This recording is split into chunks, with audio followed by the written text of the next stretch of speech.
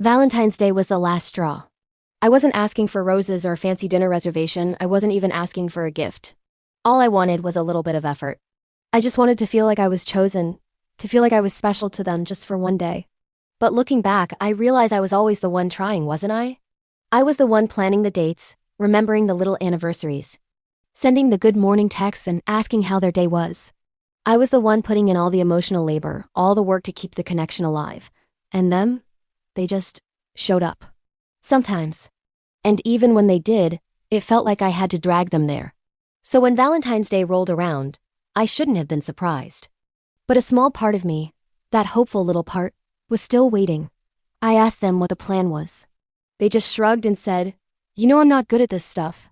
No card, no plan, not even an apology for forgetting. And in that moment, it was like a light switch flipped. It wasn't about the holiday. It wasn't about the flowers or the chocolate. It was about the complete and utter lack of effort, day in and day out. This was the pattern, and Valentine's Day was just the final, glaring example. So I stopped. I stopped explaining why these things mattered to me. I stopped making excuses for them.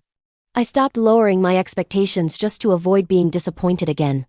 I stopped trying to build a relationship all by myself. I realized that love shouldn't feel like a one-sided chore. It shouldn't feel like you're constantly begging for someone to meet you halfway. It should feel like a partnership. So I walked away. Now, some of my friends are saying I overreacted.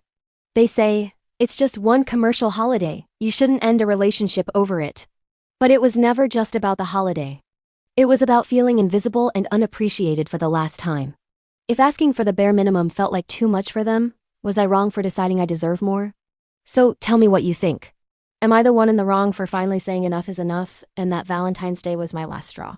Let me know your thoughts in the comments.